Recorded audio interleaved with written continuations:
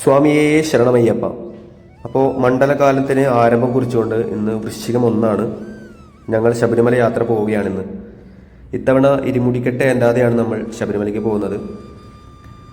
ഞങ്ങളൊരു 4 മണിക്ക് തൃശ്ശൂരിൽ നിന്നും യാത്ര ആരംഭിച്ചു കേട്ടോ. നമ്മളെല്ലാ തവണയും അമ്പല ദർശനങ്ങൾ നടത്തിയിട്ടാണ് ശബരിമലയ്ക്ക് എത്തിച്ചേരാനുള്ളത്. ഈ തവണയും അതുപോലെ തന്നെയാണ് നമ്മൾ പ്ലാൻ ചെയ്തിട്ടുള്ളത്. അപ്പോൾ ആലുവ പുഴയെല്ലാം കടന്ന് എറണാകുളം ജില്ലയിലെത്തി നമ്മൾ നേരെ പോകുന്നത് ചോറ്റാനിക്കര അമ്മയുടെ നടയിലേക്കാണ്. ആദ്യത്തെ അമ്പലമാണ് ശബരിമലയ്ക്ക് പോകുമ്പോൾ ഉള്ളത്. നമ്മളെല്ലാവരും കയറുന്ന, ആലുവ കഴിഞ്ഞ് എല്ലാവരും ദർശനം നടത്തുന്ന അമ്പലമാണ് ചോറ്റാനിക്കര. ഇത്തവണ നമ്മൾ ആലുവ അമ്പലത്തിൽ കയറിയിട്ടില്ല കേട്ടോ. അപ്പോൾ എറണാകുളം എത്തിയത് നല്ല ബ്ലോക്കായിരുന്നു. ബ്ലോക്കെല്ലാം കഴിഞ്ഞ് നമ്മളൊരു 6:30-ക്കാണ് ചോറ്റാനിക്കര അമ്മയുടെ നടയിലേക്ക് എത്തിയത്. ഓരോ തവണ വരുമ്പോഴും വളരെ വ്യത്യസ്തമായിട്ടുള്ളൊരു ഫീലാണ് കേട്ടോ ചോറ്റാനിക്കര അമ്പലത്തിലെത്തുമ്പോഴും.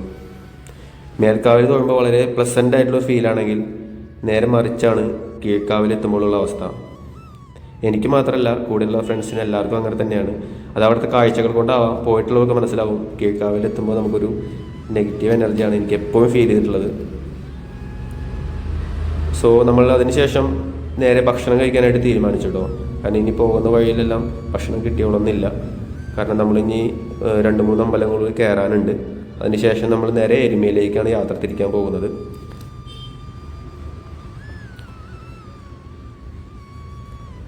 അടുത്തതായിട്ട് നമ്മൾ എത്തിച്ചേർന്നത് വൈക്കം ശ്രീ മഹാദേവ ക്ഷേത്രത്തിലേക്കാണ്. വളരെ ബ്യൂട്ടിഫുൾ ആയിട്ടുള്ളൊരു അമ്പലമാണ് കേട്ടോ. പോയിട്ടുള്ളവർക്ക് അറിയാം, വളരെ സ്പേഷ്യസ് ആയിട്ടുള്ള വളരെ വലിയൊരു അമ്പലമാണ് വൈക്കം. കാണാനും നല്ല ഭംഗിയുള്ള ഒരു അമ്പലം. ഞങ്ങൾ അറിയാതെയാണെങ്കിൽ കൂടി അന്ന് എത്തിച്ചെന്ന സമയം അവിടെ ഉത്സവമായിരുന്നു. 12 വർഷങ്ങൾക്ക് ശേഷം നടന്നു പോരുന്ന ഉത്സവമായിരുന്നു അന്ന്. അതുകൊണ്ട് തന്നെ ഒരുപാട് ഭക്തജനങ്ങളുണ്ടായിരുന്നു. കൂടാതെ ശബരിമല സീസൺ ആയതുകൊണ്ട് തന്നെ അയ്യപ്പന്മാരും വളരെയധികം ഉണ്ടായിരുന്നു കേട്ടോ.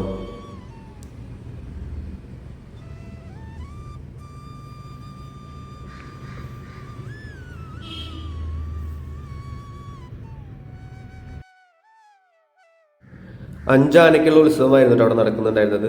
നമ്മൾ തൃശ്ശൂർക്കാർക്ക് ഇത് കാണുമ്പോൾ അത്രയും വലിയൊരു സംഭവമായിട്ടൊന്നും തോന്നില്ല. കാരണം നമ്മളിവിടെ അത്രയും വലിയ പൂരങ്ങൾ കാണുന്ന ആൾക്കാരാണ്. പക്ഷേ ചടങ്ങുകൾ കൊണ്ടും മറ്റു പരിപാടികളുടെ വ്യത്യസ്തത കൊണ്ടും കാണാനായിട്ട് നല്ലൊരു അനുഭൂതിയായിരുന്നു വൈക്കത്തെ ഉത്സവം. ഈ വൈക്കം അമ്പലത്തിനൊരു പ്രത്യേകത ഉണ്ട് കേട്ടോ. ഭഗവാന്റെ തിടമ്പേറ്റുന്ന സമയത്ത് പോലീസിന്റെ ഗാർഡ് ഓഫ് ഓണർ ലഭിക്കുന്ന അപൂർവം ചില അമ്പലങ്ങളിൽ ഒന്നാണ് വൈക്കം അമ്പലം. ഭഗവാന്റെ തിടമ്പേറ്റുന്ന സമയത്ത് നമുക്ക് അവിടെ എത്തിച്ചേരാൻ സാധിച്ചതന്നെ വലിയ ഭാഗ്യമായിട്ട് കരുതാണ്.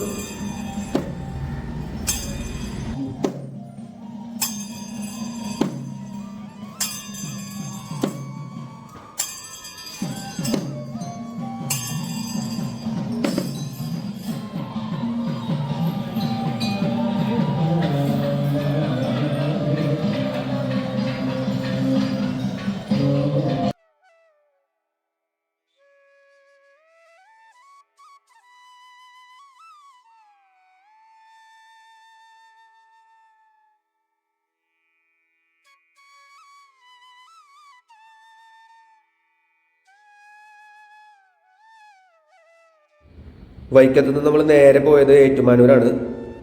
സമയം വൈകിയതുകൊണ്ട് തന്നെ നട അടച്ചിട്ടുണ്ടായിരുന്നു കേട്ടോ. സോ അതുകൊണ്ട് തന്നെ നമ്മൾ നേരെ എരുമേലിയിലേക്കുള്ള യാത്ര തിരിച്ചു.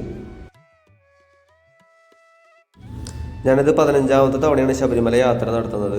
അതിലാദ്യമായാണ് ഇരുമുടിക്കെട്ട് ഏറ്റാതെ ശബരിമലയ്ക്ക് പോകുന്നത് കേട്ടോ. എരുമേലിയിലെത്തി പേട്ടത്തുള്ളി കുളിച്ചതിന് ശേഷമാണ് നമ്മളിവിടെ തൊഴാനായിട്ട് പോവാറ്. ഇത്തവണ നമ്മൾ പേട്ട തുള്ളാനായിട്ട് നിന്നില്ല കേട്ടോ. ഒരുപാട് അയ്യപ്പ ഭക്തന്മാർ പേട്ടത്തുള്ളി വാവൂർസ്വാമിയുടെ അവിടെ നിന്ന് നേരെ ശാസ്താവിൻ്റെ അവിടേക്ക് വരുന്നുണ്ടായിരുന്നു. ചെറുപ്പം മുതലേ ഒരുപാട് തവണ പേട്ടത്തുള്ളാനായിട്ട് വളരെ ഇൻട്രസ്റ്റോട് കൂടി നമ്മൾ ഓരോ തവണ വരുമ്പോഴും കാത്തിരിക്കാറുണ്ട് കേട്ടോ. കാരണം അത്രയും നല്ലൊരു ഫീലാണ് പേട്ടത്തുള്ളുമ്പോൾ നമുക്ക് കിട്ടാറുള്ളത്.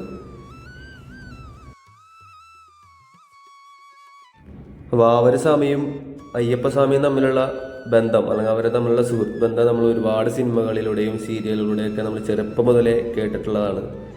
ഇപ്പം നമ്മൾ വന്നിറങ്ങിയതിൻ്റെ അതേ ദിവസം അല്ലെങ്കിൽ അതിൻ്റെ ഒരു ദിവസം മുന്നേ തന്നെ വിശ്വ ഹിന്ദു പരിഷത്തിൻ്റെ മേധാവികളായിട്ടുള്ള ആളുകൾ പ്രശ്നം വെച്ചപ്പോൾ അയ്യപ്പനും വാവനും തമ്മിൽ യാതൊരു ബന്ധമില്ല, ഇവിടെ വാവൂർസ്വാമീനെ തൊഴുതിന് ശേഷം അയ്യപ്പൻ്റെ സന്നിധിയിലേക്ക് വേണ്ട ആവശ്യമില്ല എന്നൊക്കെ പറഞ്ഞ് ഒരുപാട് പ്രശ്നങ്ങൾ ഉണ്ടാകുന്നത് കണ്ടു.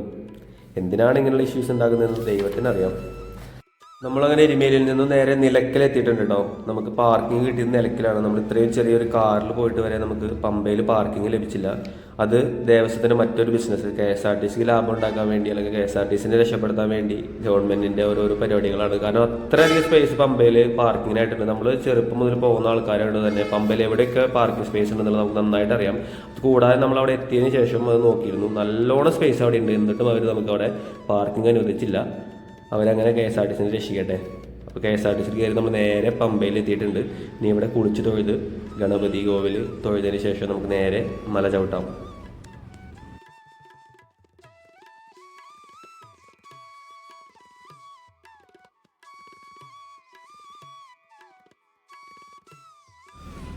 അപ്പോൾ ശബരിമലയ്ക്ക് വരുന്ന ഓരോ ഭക്തന്മാരും വെർച്വൽ ക്യൂ ശബരിമല ഓൺലൈൻ വഴി ബുക്ക് ചെയ്തിട്ട് വരണം. കാരണം ഇപ്പോൾ അത് നല്ല സ്ട്രിക്റ്റ് ആയിട്ടുണ്ട്.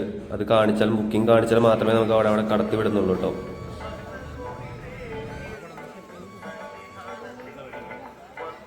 സാധാരണയായിട്ട് 3 രീതിയിൽ നമുക്ക് അയ്യപ്പൻ്റെ സന്നിധിയിലേക്ക് എത്തിച്ചേരാനായിട്ട് സാധിക്കും കേട്ടോ. ഒന്ന്, നമ്മളിപ്പോൾ വന്ന പോലെ അമ്പല ദർശനങ്ങളെല്ലാം നടത്തി എരുമേലി പമ്പ വഴി നേരെ സന്നിധാനത്തിലേക്ക്.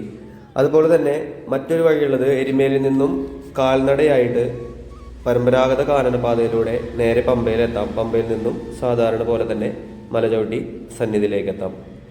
മൂന്നാമതായിട്ട് വേറൊരു വഴിയുള്ളത് സത്രം പുൽമേട് വഴിയാണ്. അവിടെ നിന്ന് നേരെ പമ്പ ടച്ച് ചെയ്യാതാണ് നമ്മൾ സന്നിധാനത്ത് എത്തുക. ഉരുക്കു വഴിയാണ് നമ്മൾ സന്നിധാനത്ത് വന്ന് പ്രവേശിക്കുക കേട്ടോ. അങ്ങനെ 3 രീതിയിലാണ് അയ്യപ്പ ഭക്തന്മാർ അയ്യപ്പനെ കാണാനായിട്ട് എത്താറുള്ളത്. മണ്ഡലകാലം തുടങ്ങിയിട്ടേ ഉള്ളൂ. അതുകൊണ്ടാണോ അതോ വെർച്വൽ ക്യൂവിൻ്റെ നിബന്ധനകളും നിയമങ്ങളും കൃത്യമായി പാലിക്കുന്നതുകൊണ്ടാണോ എന്നറിയില്ല, അയ്യപ്പ ഭക്തന്മാരുടെ തിരക്ക് വളരെ പരിമിതമായിരുന്നു കേട്ടോ. വളരെ തിരക്ക് കുറവായിരുന്നു. വളരെ സുഖമായിട്ട് നമുക്ക് മല കയറാനും മറ്റും സാധിച്ചു.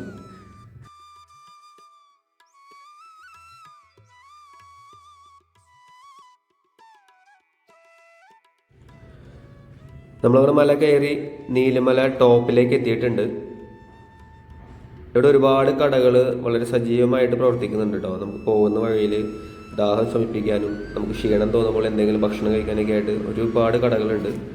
അവിടുത്തെ പൈസ മാത്രമാണ് വളരെ വലിയ ഭീമമായ തുകയാണ് ഇപ്പോൾ ഭക്തന്മാരിൽ നിന്നും ഓരോ സാധനങ്ങൾക്കും അവർ ഈടാക്കുന്നത്.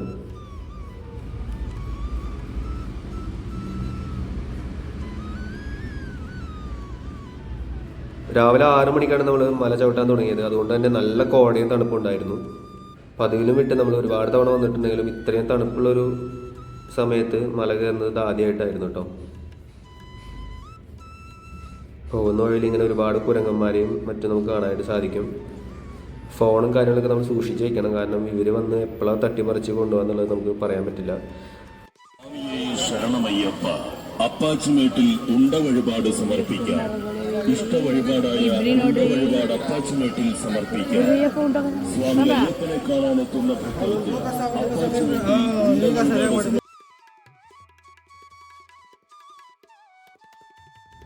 ഞങ്ങളും പോകുന്ന വഴിയിലെല്ലാം നിരത്തി എന്തെങ്കിലും കഴിച്ചും കുടിച്ചാണ് പോയത് കേട്ടോ. കാരണം നല്ല ക്ഷീണം ഉണ്ടാവും. രാവിലെയാണ് നമ്മൾ ഭക്ഷണം കഴിച്ചിട്ടില്ല. അതിൻ്റേതായ ബുദ്ധിമുട്ടുകളെല്ലാം മല ചവിട്ടുമ്പോൾ ഉണ്ടാവും. ഇതെല്ലാം തരണം ചെയ്താണ് നമ്മൾ പൊന്നയ്യപ്പനെ കാണാനായിട്ട് ഓരോ തവണയും മല ചവിട്ടാറുള്ളത്. ശരംകുത്തി വഴിപാടിൻ്റെ അടുത്ത് നമ്മൾ എത്തിയിട്ടുണ്ട് കേട്ടോ. ശബരിപീഠത്തിൻ്റെ അടുത്താണ് ഈ ശരംകുത്തി വഴിപാട് നടക്കുന്നത്.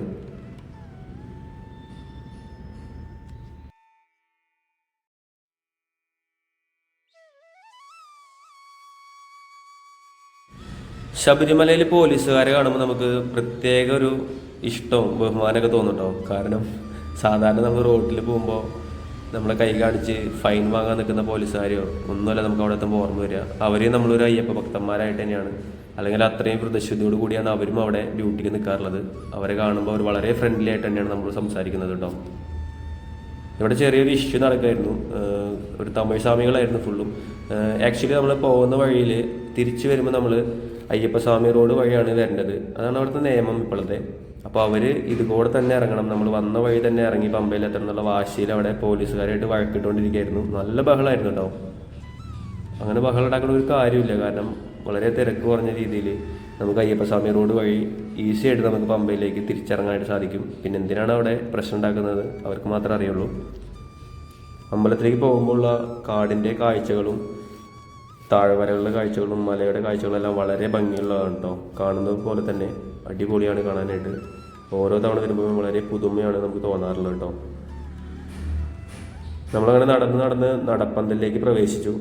തീരെ തിരക്ക് കുറവാണ് കേട്ടോ. ഇങ്ങനെ കാണുമ്പോൾ നമുക്ക് പോയിട്ടുള്ളവർക്ക് മനസ്സിലാവും. കാരണം നടപ്പന്തൽ മുതലേ നല്ല തിരക്ക് ഫീൽ ചെയ്യാറുണ്ട് സാധാരണ സമയങ്ങളിൽ. ഇത്തവണ തീരെ തിരക്കില്ല എന്നുള്ളത് ഇവിടെ തന്നെ നമുക്ക് മനസ്സിലാവുന്നുണ്ട്.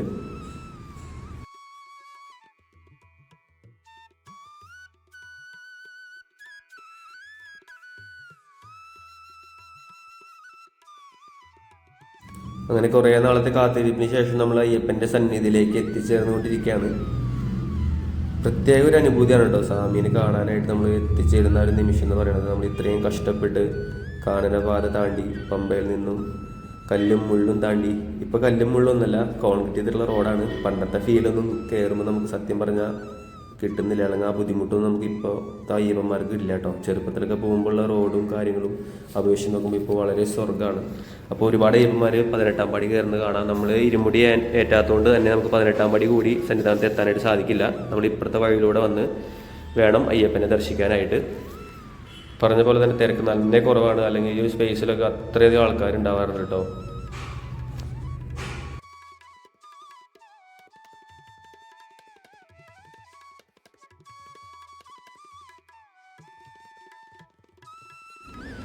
നമ്മൾ 6 മണിക്ക് പമ്പയിൽ നിന്ന് ആരംഭിച്ച് നമ്മൾ കറക്റ്റ് ഒരു 7:45 മുന്നേ സന്നിധാനത്ത് എത്തിയിട്ടോ. ഒരു 1.5 മണിക്കൂറാണ് നമുക്ക് കഷ്ടിച്ച് വേണ്ടി വന്നുള്ളൂ. അതും നമ്മൾ ഒരുപാട് സ്ഥലത്ത് നിന്ന് വെള്ളം കുടിച്ച് പൈനാപ്പിളും ഇതെല്ലാം കഴിച്ച് സമയം കളഞ്ഞിട്ടും നമ്മൾ 1.5 മണിക്കൂറിനുള്ളിൽ പമ്പയിൽ നിന്നും സന്നിധാനത്തേക്ക് എത്തിച്ചേർന്നു.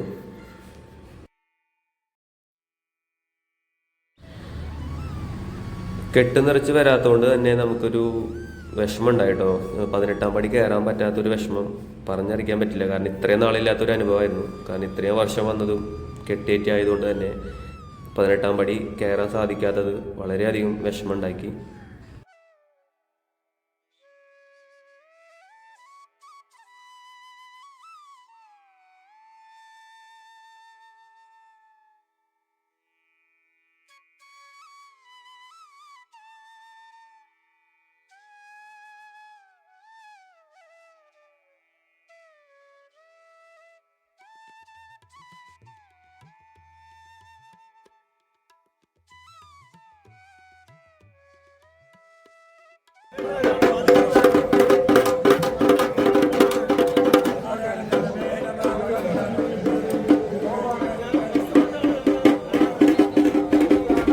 അയ്യപ്പസ്വാമിയുടെ സമാധിയായിട്ട് വിശ്വസിച്ച് പോരുന്ന മണിമണ്ഡപമാണ് കേട്ടോ കാണുന്നത്. ഇത്തവണ നമ്മൾ വീട്ടിൽ നിന്ന് ഇറങ്ങുമ്പോൾ തന്നെ തീരുമാനിച്ചിരുന്ന ഒരു കാര്യമായിരുന്നു. ഒരു ഇൻഫർമേഷൻ അറിഞ്ഞിരുന്നു. ശബരിമലയിൽ നിന്നും നമുക്ക് അയ്യപ്പൻ്റെ അഡ്രസ്സിൽ നിന്നും നമുക്ക് വീട്ടിലേക്ക് മറ്റോ കത്തയക്കുക എന്നുള്ളത്. അപ്പോൾ നമ്മളത് തേടി പിടിച്ച് അവിടെ പോസ്റ്റ് ഓഫീസിൽ എത്തിയിട്ടുണ്ടായിരുന്നു കേട്ടോ. മണ്ഡലകാലത്ത് മാത്രമാണ് ഈ ഒരു പോസ്റ്റ് ഓഫീസ് വർക്കിംഗ് ഉള്ളത്. അതുപോലെ തന്നെ സ്വന്തമായി പിൻകോഡുള്ള ഒരു സ്വാമിയാണ് നമ്മുടെ അയ്യപ്പൻ. കൗതുകം വളരെയധികമായിരുന്നു അത് ചെയ്യാനായിട്ട്. നമ്മളവിടെ ചെന്ന് അവിടുത്തെ സാറുമാരോട് സംസാരിച്ചപ്പോൾ തന്നെ അവർ പറഞ്ഞു, നിങ്ങളുടെ വീട്ടിലേക്ക് എവിടേക്കാണെങ്കിലും നിങ്ങൾക്ക് ലെറ്റർ അയക്കാം. അയ്യപ്പൻ്റെ പിൻകോഡിൽ നിന്നും അയ്യപ്പൻ്റെ അഡ്രസ്സിൽ നിന്നും നിങ്ങൾക്ക് എന്ത് വേണമെങ്കിലും എഴുതി അയക്കാമെന്ന് പറഞ്ഞു. അത് കഴിഞ്ഞപ്പോഴാണ് അവിടെ മാതൃഭൂമി ന്യൂസ് നിൽക്കുന്നത് കണ്ടത്. അവരും നമ്മുടെ വീഡിയോ പകർത്തിയിട്ടുണ്ടായിരുന്നു. അവർ ന്യൂസ് ചാനലിലെല്ലാം നമ്മുടെ വീഡിയോ പബ്ലിഷ് ചെയ്തിട്ടുണ്ടായിരുന്നു. അപ്പോൾ ദർശനമെല്ലാം കഴിഞ്ഞ് ഞങ്ങളൊരു ഉച്ചവരെ അവിടെ റെസ്റ്റ് എടുത്തു കേട്ടോ. നല്ല ക്ഷീണം ഉണ്ടായിരുന്നു എല്ലാവർക്കും. അപ്പം അതിനുശേഷം അരുണ പായസവും അപ്പം എല്ലാം വാങ്ങി നമ്മൾ നേരെ മല ഇറങ്ങിട്ടോ. അയ്യപ്പസ്വാമി റോഡ് വഴിയാണ് നമ്മൾ മല ഇറങ്ങിയത്. നമ്മുടെ പ്ലാൻ എന്ന് പറയുന്നത് ഇവിടുന്ന് നേരെ പമ്പയിലെത്തി അവിടെ നിന്നും KSRTC കയറി നിലയ്ക്കൽ നിന്ന് നമ്മുടെ കാറെടുത്ത് നേരെ പന്തളം കൊട്ടാരത്തിലേക്ക് പോകാനാണ്. എല്ലാ തവണയും അങ്ങനെ തന്നെയാണ് ചെയ്യാറ്. നമ്മൾ ഇന്ന് അവിടെ പോയി അവിടെ റെസ്റ്റ് എടുക്കും. അതിനുശേഷം പിറ്റേ ദിവസം രാവിലെ നേരത്തെ ഒരു 4 മണിക്കെല്ലാം പുറപ്പെട്ട് പോകുന്ന വഴിയിലുള്ള മണ്ണാർശാല, ചക്കുളത്തുകാവ്, അതുപോലെ അമ്പലപ്പുഴ തുടങ്ങിയ അമ്പലങ്ങളെല്ലാം ദർശിച്ചാണ് നമ്മൾ വീട്ടിലേക്ക് പോകാറുള്ളത്. ഇത്തവണയും അങ്ങനെ തന്നെയാണ് പ്ലാൻ ചെയ്തിട്ടോ. ഈ ട്രാക്ടർ ഓടിക്കുന്ന ചേട്ടന്മാരെ സമ്മതിക്കണം കേട്ടോ. കാരണം ഇത്രയും കുത്തനെയുള്ള വഴിയിലൂടെ അവർ വളരെ ഈസി ആയിട്ടാണ് അവർ ലഗേജുകൾ അല്ലെങ്കിൽ ഗുഡ്സ് എല്ലാം പമ്പയിൽ നിന്ന് മുകളിലേക്ക് എത്തിക്കുന്നത്.